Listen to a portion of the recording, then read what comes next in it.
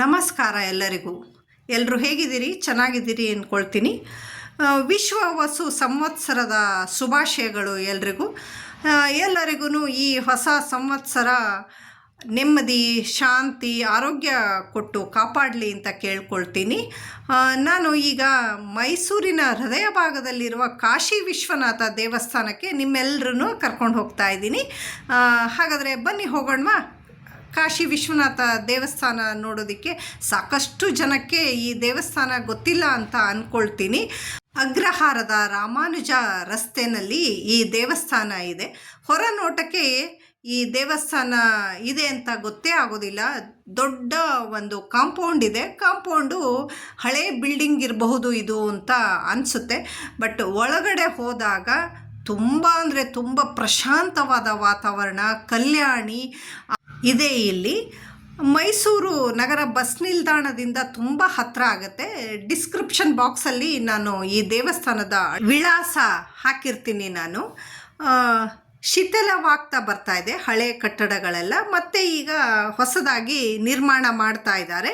ಕೆಲಸ ನಡೀತಾ ಇತ್ತು ನಾನು ಹೋದಾಗ. ಈ ದೇವಸ್ಥಾನದ ಬಗ್ಗೆ ಒಂದಷ್ಟು ವಿವರಣೆಯನ್ನು ಸಂಗ್ರಹ ಮಾಡೋಣ ಅಂತ ಹೇಳಿದ್ರೆ ಯಾರೂ ಸಿಗಲಿಲ್ಲ ನನಗೆ ಸಂಗ್ರಹ ಮಾಡೋದಕ್ಕೆ.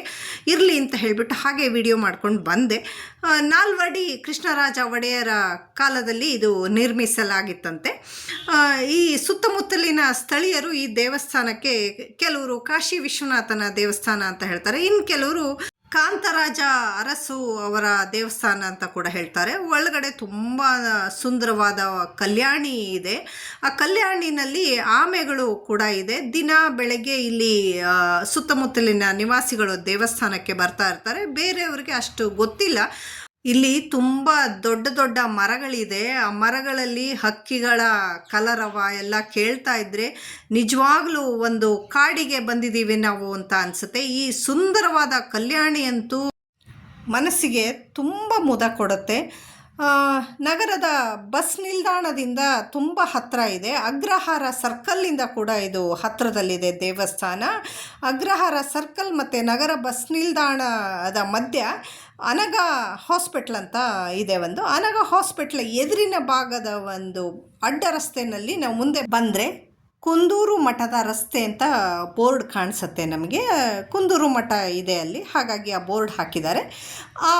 ಆ ಬೋರ್ಡ್ ಬಲಬದಿಗೆ ನಾವು ತಿರುಗಿದರೆ ಅಲ್ಲಿ ಈ ದೇವಸ್ಥಾನದ ಒಂದು ಕಾಂಪೌಂಡ್ ಕಾಣಿಸುತ್ತೆ. ಹೊರಗಡೆಯಿಂದ ನೋಡಿದ್ರೆ ದೇವಸ್ಥಾನ ಅನಿಸಲ್ಲ. ಖಂಡಿತ ಈ ದೇವಸ್ಥಾನಕ್ಕೆ ಒಂದ್ಸರಿ ನೀವು ಭೇಟಿ ಕೊಡಿ.